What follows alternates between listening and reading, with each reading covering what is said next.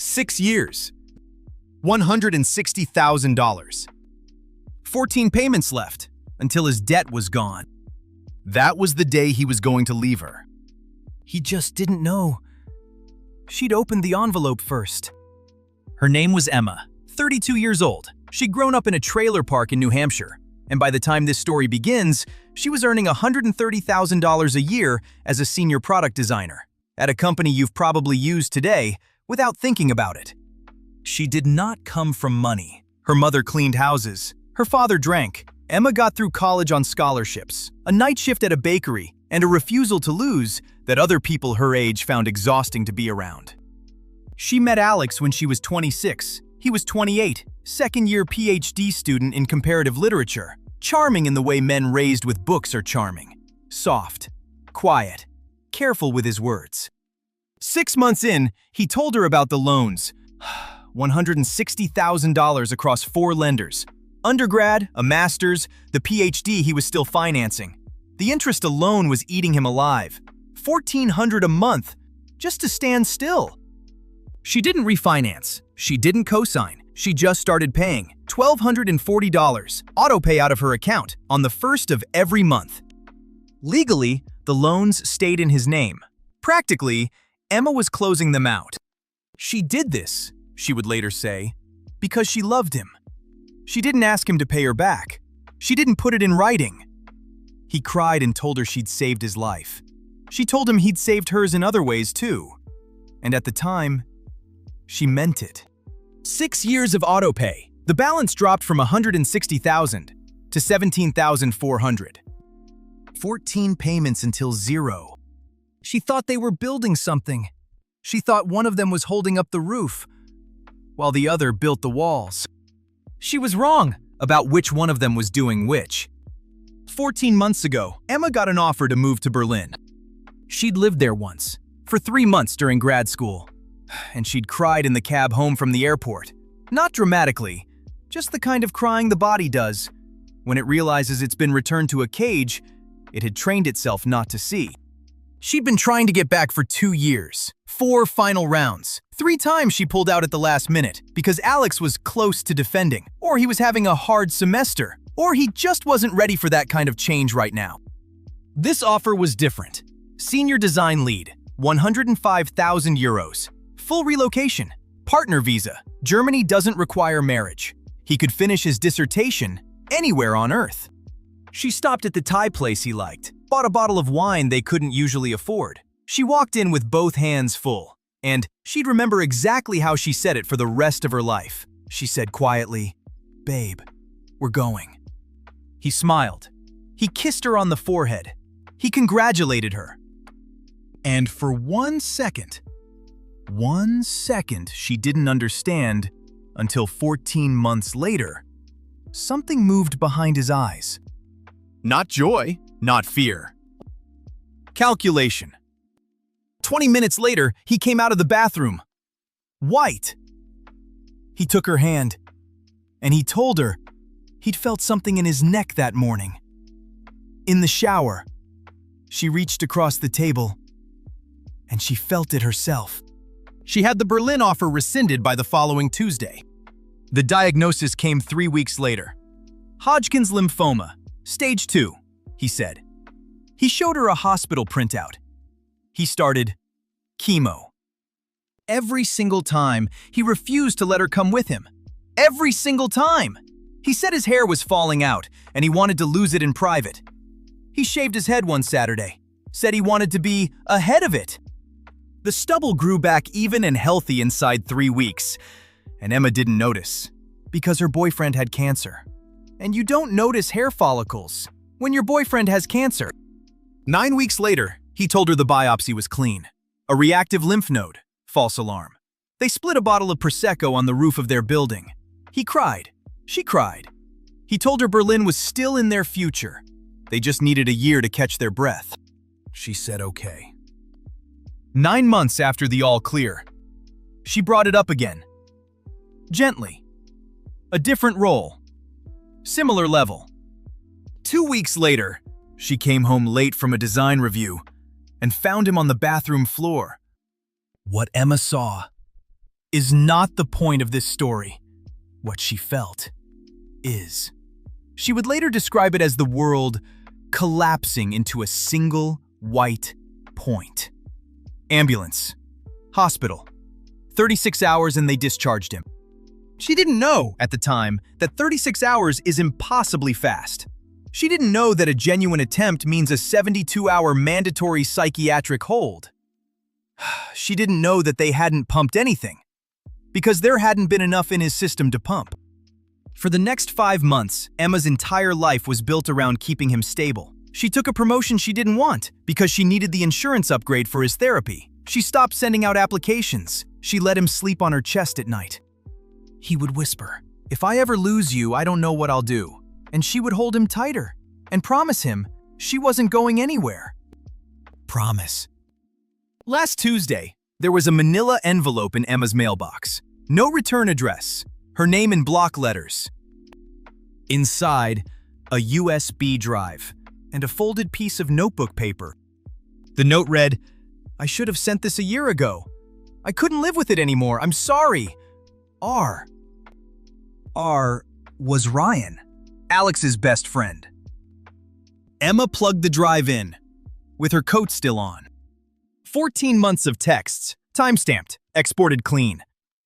The first message was sent the night of the Berlin offer. Alex, 11:47 p.m. Code red. She got the Berlin offer. It's real. She's going to take it. Ryan, how much is left on the loan? Alex, 17 months. I'm so close.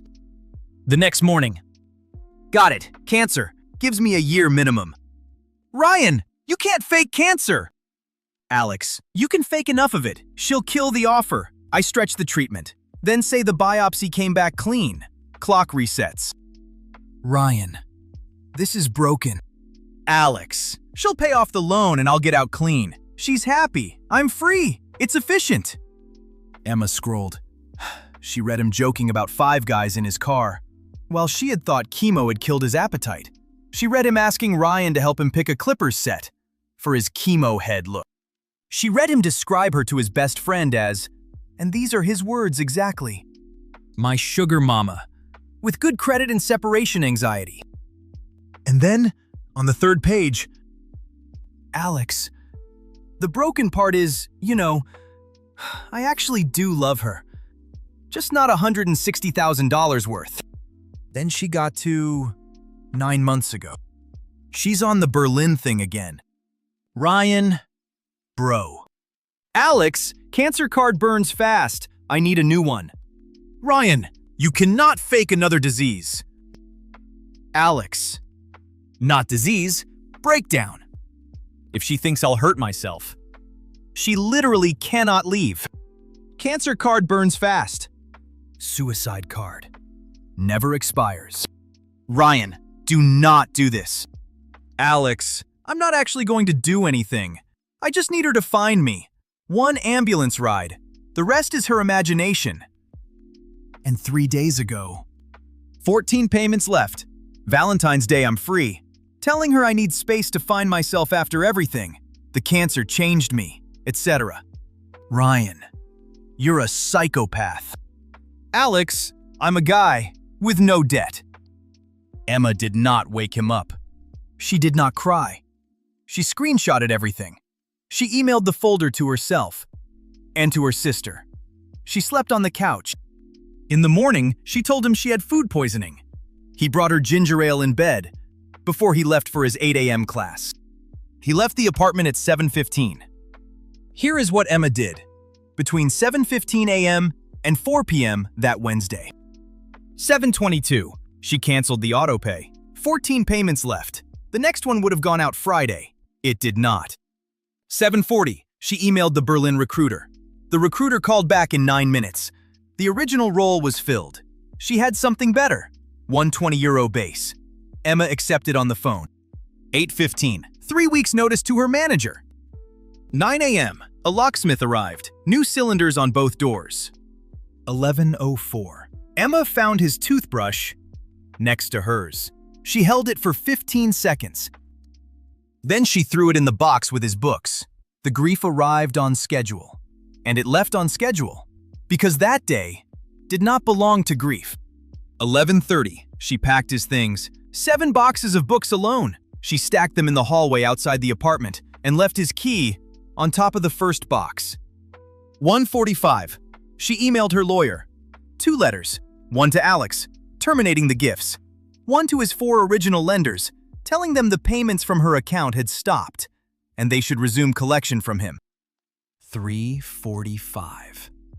She wrote one note on a piece of printer paper, and she taped it to the inside of the front door, where he would see it the moment his key failed. It read, "Ryan was wrong. The suicide card has an expiration date too. It expired the moment I read it. 14 payments left. They're yours now. I hope they take exactly as long as the cancer should have. Emma." 4 p.m. She left. He called 241 times over the next 72 hours. Emma didn't block him. She wanted the receipts. Confusion first, then anger, then a fake crying episode about a very dark place, then a legal threat that her 6 years of gifts were an implied contract and cutting them off was financial abuse. Her lawyer loved that one. Alex is currently 22 days late on a payment he cannot make. $26,000 a year, adjunct salary, $1,240 a month, starting now. The math does not work. It will never work. That is the point. When Emma told her mother was quiet for a long time on the phone. And then she said, and Emma will remember this exactly, "Baby, I didn't raise you to be somebody's rescue plan." Emma used to think the cruelest thing a partner could do was cheat on you. She was wrong. The cruelest thing a partner can do is watch you work yourself into exhaustion for a future they have no intention of sharing, and let you. Because the math is better for them. If you're paying for someone's life, and they keep finding reasons you can't have your own, if the diagnosis always lines up with your departure, if the crisis always arrives on the week you were finally going to ask for what you want, listen to the part of you that did the math. She's been trying to tell you. Now here's the question. If you'd been the one who opened that envelope, would you have done what Emma did? The locksmith, the lawyer, the note on the door. Or would you have woken him up that night and asked him, why? Tell me in the comments. I read every one. Subscribe for more stories that should have ended sooner.